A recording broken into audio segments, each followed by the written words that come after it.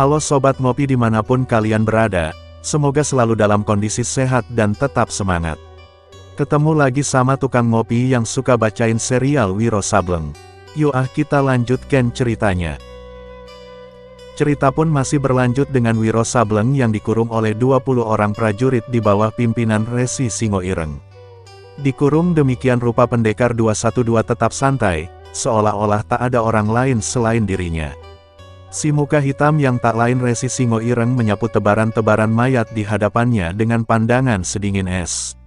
Dia sedikit bingung ketika melihat pemandangan di hadapannya.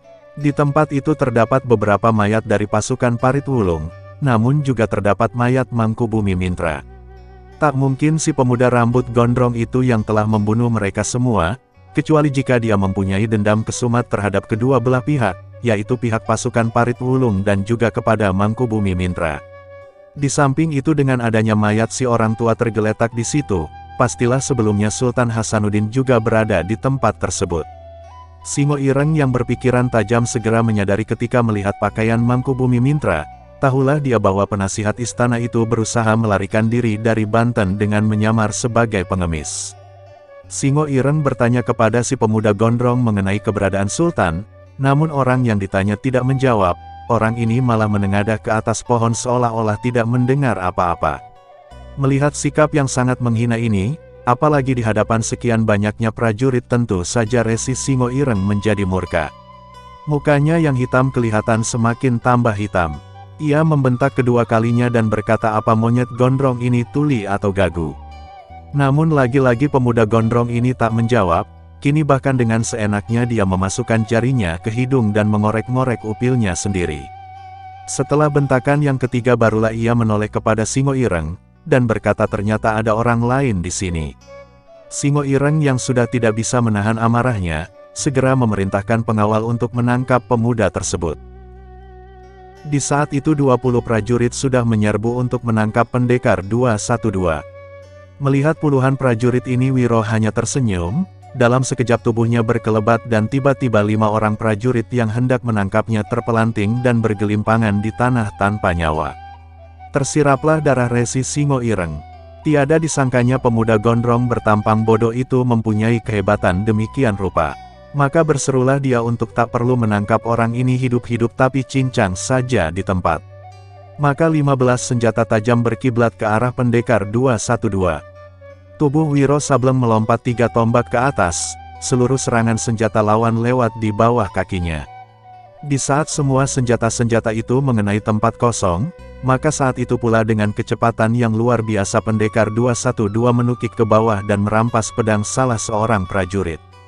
Dan ketika pedang itu menderu laksana kitiran maka 5 prajurit meregang nyawa mandi darah, 2 lainnya luka parah. Dalam kejutnya menyaksikan gebrakan yang dahsyat itu, Resi Singoireng melihat satu bayangan berkelebat ke arahnya. Dia tarik tali kekang kuda dengan cepat. Namun sebelum binatang tunggangannya itu sempat bergerak, tubuh kuda ini sudah roboh ke tanah karena keempat kakinya terbabat putus. Untung saja Resi ini cepat menyadari apa yang terjadi, sehingga secepatnya dia melompat ke samping dan berdiri dengan muka kelam membesi. Pendekar 212 tertawa bergelak, sementara prajurit-prajurit yang masih hidup, dengan nyali menciut segera menjauhi ini pemuda yang mereka anggap sangat berbahaya. Singoireng menatap tajam kepada pemuda gondrong di hadapannya, bertanya siapakah pemuda gondrong ini sebenarnya. Si pemuda menjawab jika ingin tahu siapa dirinya, biar kutuliskan di jidatmu, kata Wiro Sableng sambil acungkan jari telunjuk. Menggeramlah sang Resi bermuka hitam itu. Selama malang melintang dalam dunia persilatan, baru hari itulah dia dihina dan direndahkan terus-terusan oleh seseorang. Bahkan oleh seorang yang berusia jauh lebih muda daripadanya. Dari balik pakaiannya Resi ini keluarkan sebuah senjata berbentuk aneh, yaitu sebuah besi panjang yang ujungnya berbentuk lingkaran. Resi Singoireng yang berbadan kate ini segera maju dan hamburkan serangan dahsyat. Senjata anehnya mengeluarkan suara menderu, menimbulkan angin yang deras dan tajam. Ujung senjata yang berbentuk lingkaran itu berubah laksana ratusan banyaknya. Seorang lawan yang berilmu tanggung dan bermata tidak awas akan sulit membedakan mana lingkaran senjata yang asli dan mana yang bukan. Dalam kondisi lawan kebingungan, maka senjata itu akan menyeruak lewat kepalanya, dan sekali putar saja pastilah patah dan putus batang leher dibuatnya. Inilah kehebatan senjata sang resi dari pantai selatan itu. Namun yang dihadapi Singo Ireng di hari itu bukanlah seorang lawan berilmu tanggung. Begitu senjata lawan membadai menghampiri kepalanya, Wiro Sableng cepat merunduk dan selinapkan satu tusukan deras ke arah perut sang resi. Kaget Singo Ireng bukan olah-olah. Cepat dia mundur 2 langkah dan menangkis pertengahan senjata lawan dengan tongkat besi lingkarannya. Dan 2 senjata beradu dengan mengeluarkan suara keras. Karena senjata di tangan Singo Ireng adalah senjata mustika, sedang pedang di tangan Wiro hanya pedang biasa, maka patahlah pedang itu. Tapi sebaliknya Singo Ireng merasakan bagaimana tangannya tergetar hebat dan panas pada bentrokan itu. Kini maklumlah dia bahwa pemuda itu mempunyai tingkat tenaga dalam yang hebat sekali. Karenanya sang resi tanpa memberi peluang segera lancarkan serangan-serangan dahsyat. Semua jurus-jurus andalan segera dikeluarkannya, diantaranya jurus memetik bunga membelah durian, lalu disusul dengan jurus 2 gunung meletus lembah membanjir. Diserang dengan 2 jurus tersebut sempat membuat pendekar 212 menjadi terdesak. Namun setelah dia menambah kecepatan dan menaikkan tingkat tenaga dalamnya, maka kelihatanlah kini bagaimana resi Singo Ireng menjadi terdesak. Meskipun terdesak, tapi resi ini dengan segala kehebatannya masih sanggup bertahan cukup lama. Setelah beberapa saat lamanya Wiro mulai merubah permainan silatnya. Ia mundur beberapa langkah dan berkata, "Manusia pantat panci. Permainan silatmu boleh juga, tapi apa kau sanggup menerima pukulan ini?" Kedua tangannya diangkat tinggi-tinggi ke atas, kedua mata dipejam. Kemudian kedua tangan itu mulai berputar-putar dengan sebat. Maka seketika menggemuruhlah suara angin. Debu dan pasir beterbangan, membuat gelap pemandangan. Pukulan angin puyuh, seru resi Singo Ireng sambil bersurut mundur. Mulutnya komat kamit dan ia melipat gandakan tenaga dalamnya. Seketika kedua kakinya melesak ke dalam tanah sampai 2 dim dan tubuhnya tergetar hebat. Pakaian putih serta rambutnya yang awut-awutan berkibar-kibar. Wiro Sableng segera hantamkan kedua tangannya, dan akibatnya tubuh Singo Ireng mencelat ke belakang sampai 5 tombak. Ketika dia mencoba berdiri maka tubuhnya terbungkuk terlatih-tatih, nafasnya memburu tak teratur. Nyatalah bahwa resi ini telah menderita luka parah di dalam akibat pukulan Wiro Sableng tadi. Sementara senjatanya mental entah kemana. Wiro tertawa mengekeh, sebaliknya lawannya menggeram laksana harimau terluka. Sang resi kini angkat tangan kirinya tinggi-tinggi. Detik demi detik tangannya itu menjadi hitam legam. Tangan ini bergetar karena seluruh tenaga dalamnya dipusatkan ke tangan tersebut. Wiro Sableng tertawa mengejek. "Rupanya kau sengaja mau bunuh diri manusia pantat panci. Dalam keadaan terluka di dalam, hendak melancarkan pukulan demikian rupa, kau akan konyol sendiri." Singo Ireng memang memaklumi hal itu. Tapi dia sudah kepalang tanggung, sudah teramat malu dan sudah meluap amarahnya. "Aku mati tapi kau juga mampus di tanganku keparat," bentaknya. Maka tangan kirinya pun turun ke bawah dengan cepat. Selarik sinar hitam yang menggigitkan menyambar ke arah pendekar 212. Itulah ilmu pukulan besi hitam yang telah membinasakan Brajapaksi, sang kepala bala tentara Banten. Wiro melompat ke atas sampai 6 tombak. Ketika angin pukulan besi hitam itu lewat, ia merasakan panas seperti mau melumerkan kedua kakinya. Pendekar ini gigit sandal Bakiak sambil menahan perih, lalu segera lancarkan serangan balasan yaitu pukulan kunyuk melempar buah. Di seberang sana tubuh resi Singo Ireng kelihatan jungkir balik kemudian jatuh duduk di tanah dan muntah darah, lalu rebah tiada sadarkan diri. Sebenarnya pukulan kunyuk melempar buah itu belum tentu akan mencelakai sang resi. Namun karena dalam keadaan terluka di dalam, dia telah memaksakan diri untuk melancarkan pukulan yang keras dengan mengandalkan seluruh tenaga dalamnya, maka dia rasa sendiri akibatnya. Masih untung nyawanya tidak melayang. Wiro Sableng tertawa mengekeh sambil melangkah mendekati tubuh resi itu. Sementara prajurit-prajurit yang masih hidup hanya bisa melongo dan segera menjauh, ketika melihat bagaimana jago mereka dibikin babak belur demikian rupa. Wiro Sableng akhirnya membuktikan kata-katanya. "Kau ingin tahu namaku? Ini aku tuliskan di jidatmu." Wiro kemudian mengguratkan angka 212 di kening resi berkulit hitam itu. Wiro kemudian memerintahkan para prajurit untuk membawa resi tersebut. Ia pun berpesan jika hari ini ia tidak mencabut nyawanya dan nyawa kalian, maka di lain hari bila bertemu kembali jangan harap aku akan lepaskan nyawa kalian. Sebaiknya kalian segera bertobat dan jangan suka main judi karena judi itu berbahaya. Kalau gak percaya tanya saja sama Bang Haji. Sampaikan ini padanya, bila dia sudah siuman. Dan sesudah bicara demikian, Wiro Sableng segera tinggalkan tempat itu dengan membawa mayat Mangkubumi Mintra.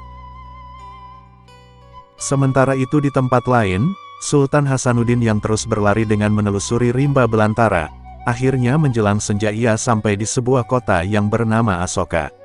Setelah berhasil mendapatkan sebuah penginapan, Sultan mengelilingi kota untuk melihat-lihat keramaian dan mengisi perut di warteg. Ketika bulan sabit di atas langit tertutup oleh awan tebal berwarna gelap, maka Sultan pun kembali ke penginapannya. Ketika ia sampai di kamarnya, matanya yang tajam segera melihat adanya ketidakberesan dalam kamar itu. Beberapa benda sudah berubah dari posisinya semula ketika ia meninggalkan kamar tersebut. Namun melihat tidak adanya kerusakan, baik dari pintu kamar maupun jendela, dan melihat tidak adanya barangnya yang hilang termasuk uang yang ia simpan dalam buntalan kain. Besarlah kecurigaannya, bahwa orang yang memasuki kamar tersebut pastilah untuk mencari keris tumbal Wilayuda. Sultan Hasanuddin merasa bersyukur, karena sewaktu pergi tadi dia telah membawa keris tumbal kerajaan itu. Kalau tidak, pastilah senjata pusaka itu sudah lenyap dilarikan orang. Malam itu Sultan sengaja tidur dengan mematikan lampu minyak di dalam kamarnya. Matanya hampir terpicing ketika lapat-lapat sepasang telinganya mendengar suara gemerisik di atas atap bangunan. Suara segera bangun dari pembaringan dan melangkah ke sudut kamar. Dia menunggu dengan tangan kanan menempel erat-erat di hulu pedang. Sesaat kemudian pintu kamar terbuka. Ia sedikit terkejut karena dia ingat betul bahwa pintu kamar itu telah dikuncinya tadi. Bagaimana kini bisa terbuka semudah itu tanpa suara dan siapakah yang membukanya? Tak menunggu lebih lama, sesosok tubuh manusia yang sangat pendek masuk mengendap-endap ke dalam kamar. Manusia ini memakai jubah panjang. Karena tubuhnya yang kate, maka jubahnya menjelat-jelas sampai ke lantai. Tiba-tiba orang itu putar tubuh ke kiri dan melompat. Sebuah benda besar di tangannya yaitu sebilah golok 4 persegi panjang menderu ke arah di mana Sultan berdiri. Sultan sendiri yang saat itu memang sudah siap siaga cabut pedangnya dengan cepat dan menangkis. Ketika dua senjata ini beradu dan menimbulkan bunga api yang memercik. Karena kamar itu gelap maka sinar percikan bunga api menjadi terang sekali dan menerangi kedua muka manusia yang berada di situ. Keduanya saling meneliti paras lawan masing-masing. Terkesiaplah Sultan Hasanuddin ketika melihat bagaimana wajah manusia yang dihadapinya itu seramnya bukan main. Rambutnya kaku berdiri laksana ijuk. Manusia ini memelihara brewok yang meranggas lebat. Alisnya tebal, sepasang matanya besar merah. Bibirnya sumbing dan dua buah giginya yang besar tersembul keluar. Manusia ini boleh dikatakan tiada mempunyai hidung, karena daging hidungnya sama rata dengan pipinya yang cekung. Dan bau badannya yang busuk sangat menusuk hidung. Manusia buruk, jika kau tidak tinggalkan kamar ini dengan cepat, jangan menyesal bila ku kirim ke akhirat.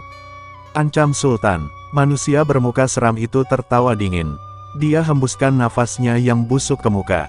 Sultan tutup jalan nafasnya dan untuk kedua kalinya pergunakan pedang untuk menangkis serangan lawan. Tapi kali ini keadaan tidak seperti tadi lagi. Meski Sultan sanggup menangkis senjata lawan namun pedangnya sendiri terlepas mental, tangannya tergetar hebat. Tiba-tiba satu tangan mendorongnya hingga dia terbanting dengan keras ke dinding. Ketika dia menyeimbangkan tubuhnya, kaget Sultan bukan main. Matanya membeliak menyaksikan bagaimana keris tumbal Wilayuda kini sudah berada di tangan manusia bermuka seram itu. Setelah berhasil merampas keris, manusia muka seram itu sekali gerakan badan tubuhnya menerjang mendobrak jendela, untuk kemudian lenyap lewat jendela yang ambruk itu di kegelapan malam. Sultan segera melesat keluar jendela untuk mengejar pencuri tersebut. Namun orang yang dikejar telah lenyap di antara kegelapan malam. Sultan hanya berdiri memandang berkeliling. Ia tak tahu kemana dia harus mengejar dan mencari si pencuri di malam buta begini. Sepertinya manusia pencuri itu salah seorang kaki tangan Parit Wulung. Dalam kebingungan begitu rupa, tiba-tiba Sultan menangkap suara bentakan-bentakan orang yang tengah berkelahi. Cepat Sultan lari ke balik sebuah kandang kuda dan dalam kegelapan dilihatnyalah dua manusia tengah bertempur dengan hebat. Salah seorang tiada lain daripada si pencuri yang tengah dicari-carinya, sedang orang yang kedua setelah diperhatikan dengan teliti ternyata dia adalah pemuda rambut gondrong yang pagi tadi telah menolongnya di perbatasan. Sultan berkata pada pemuda berambut gondrong agar menyerahkan pencuri itu kepadanya, karena ia telah mencuri senjata keris miliknya. Si gondrong berkata agar Sultan tak perlu repot-repot, biar manusia ini ia yang akan membereskannya. Mendengar nama Sultan, si pencuri ini tertawa. Ia tidak menyangka bahwa keris yang dicurinya adalah keris pusaka milik Kerajaan Banten. Pastilah Parit Wulung akan memberikan hadiah besar kepadanya. Sultan bergumam ternyata dugaannya tidak meleset, orang ini pastilah kaki tangan Parit Wulung. Ia segera menyerbu dan melepaskan 3 pukulan tangan kosong sekaligus. Namun yang diserang hanya tertawa, sekali gerakan tangan kanannya maka serangkum angin dahsyat menyerang ke arah Sultan. Namun angin pukulan itu buyar di tengah jalan, kena dihantam angin pukulan lain yang datang dari samping. Si muka seram menggeram dan berkata, agaknya malam ini pengemis bibir sumbing mesti rampas 2 jiwa sekaligus. Sultan tersurut mundur sewaktu mendengar manusia kate itu kenalkan diri. Pendekar 212 sendiri juga terkejut. Nama pengemis bibir sumbing memang sudah sejak lama terkenal sepanjang pesisir Jawa Barat. Bersama 2 orang lainnya, maka pengemis bibir sumbing dikenal sebagai pimpinan dari perkumpulan pengemis darah hitam. Tiba-tiba pengemis bibir sumbing lemparkan golok besarnya ke arah pendekar 212. Senjata ini dengan mudah bisa dielakkan. Begitu habis lemparkan golok, pengemis bibir sumbing acungkan kedua tangan datar-datar ke muka dengan telapak tangan menghadap ke atas. Itu adalah jurus telapak tangan minta sedekah nyawa. Wiro begitu mengenali pukulan yang bakal dilancarkan lawan segera memperingatkan Sultan untuk mundur. Tapi di saat itu pengemis bibir sumbing sudah menyerbu dengan membagi-bagi serangan telapak tangannya pada pendekar 212 dan Sultan. Tahu bahwa pukulan lawan sangat berbahaya maka pendekar 212 segera hantamkan tangan kanannya. Gelombang angin deras memukul ke arah pengemis bibir sumbing. Meski tubuhnya sendiri kemudian terpelanting sampai 3 tombak oleh serangan lawan, namun pengemis bibir sumbing sebelumnya masih sanggup hantamkan telapak tangannya ke dada Sultan. Sultan Hasanuddin mengeluh tinggi, tubuhnya bergoncang hebat, dadanya terasa sesak dan ketika terbatuk maka darah segar menyembur dari temboloknya. Seketika pendekar 212 tubuhnya lenyap pada detik pengemis bibir sumbing lepaskan pukulan telapak tangan minta sedekah nyawa untuk kedua kalinya. Wiro berkelebat ke arah Sultan dan mengeluarkan sebutir pil untuk mengobati luka dalam pada Sultan. Sultan Hasanuddin sambuti pil yang dilemparkan pendekar 212 lalu menelannya dengan cepat, kemudian segera duduk bersila mengatur jalan darah serta pernafasan, juga alirkan tenaga dalam ke bagian yang terluka. Wiro Sableng sekali lagi berkelebat maka lenyaplah tubuhnya dari penglihatan pengemis bibir sumbing. Karena yang terdengar hanya suaranya saja, maka pengemis bibir sumbing kembali lancarkan pukulan ganas 2 kali berturut-turut ke arah suara lawan. Tapi pengemis bibir sumbing salah perhitungan dan pukulannya tidak ada yang mengenai sasaran. Tiba-tiba tanpa kelihatan dari mana datangnya, 1 telapak tangan mendarat telak di jidatnya. Seketika pengemis bibir sumbing terpental 4 tombak ke belakang. Kepalanya serasa pecah sedang kulit keningnya laksana terbakar. Dan pada kulit keningnya itu kini kelihatan 3 buah angka 212. Pengemis bibir sumbing meluap amarahnya. Tanpa hiraukan rasa sakit pada keningnya dia menyerang kirimkan 5 pukulan dan 4 tendangan. Pendekar 212 mendengus dan bersiul nyaring. Sekali tangan kanannya menghantam yang disertai angin pukulan menderu, maka untuk kedua kalinya pengemis bibir sumbing terpental. Kali ini sampai 8 tombak, tubuhnya terus terguling ke tanah dengan mulut memuntahkan darah. Pada saat itu pula tamatlah riwayatnya. Sultan yang menyaksikan pertempuran hebat itu hanya bisa menganga penuh kagum. Pendekar 212 mendekati mayat pengemis bibir sumbing, ia mengambil keris tumbal Wilayuda lalu menyerahkan kembali pada Sultan. Ini adalah keris pusaka yang bagus. Karena senjata ini banyak yang mengincarnya, sebaiknya Sultan menyimpannya lebih hati-hati. Sultan menghela nafas panjang dan berterima kasih kepada sang penolongnya. Sudah 2 kali pendekar ini menolongnya, namun ia belum tahu siapa adanya pendekar tersebut. Wiro pun memperkenalkan dirinya kepada Sultan. Ia berpesan sebaiknya Sultan tidak kembali ke penginapan, karena terlalu banyak manusia-manusia macam pengemis bibir sumbing ini yang mencarinya dan inginkan keris tumbal Wilayuda. Sultan merenung dan membenarkan ucapan Wiro Sableng. Sultan pun meminta agar Wiro menyertainya. Namun Wiro untuk saat ini belum bisa memenuhinya, tapi ia berjanji bahwa dirinya tidak akan berada jauh dari Sultan. Sultan menghela nafas panjang dan dari balik pakaiannya ia mengeluarkan sebuah benda. Benda itu ternyata sebuah bintang bersudut 8 yang terbuat dari emas, dan di tengah-tengahnya dihiasi dengan sebutir berlian yang berkilauan. Benda itu adalah bintang utama Kerajaan Banten, yang diserahkan kepada siapa saja yang telah membuat jasa terhadap raja dan rakyat Banten. Akhirnya setelah didesak Wiro hanya bisa menerima benda tersebut yang merupakan lencana kehormatan Kerajaan Banten. Setelah itu pun mereka berdua pergi sesuai dengan urusan dan tujuan masing-masing.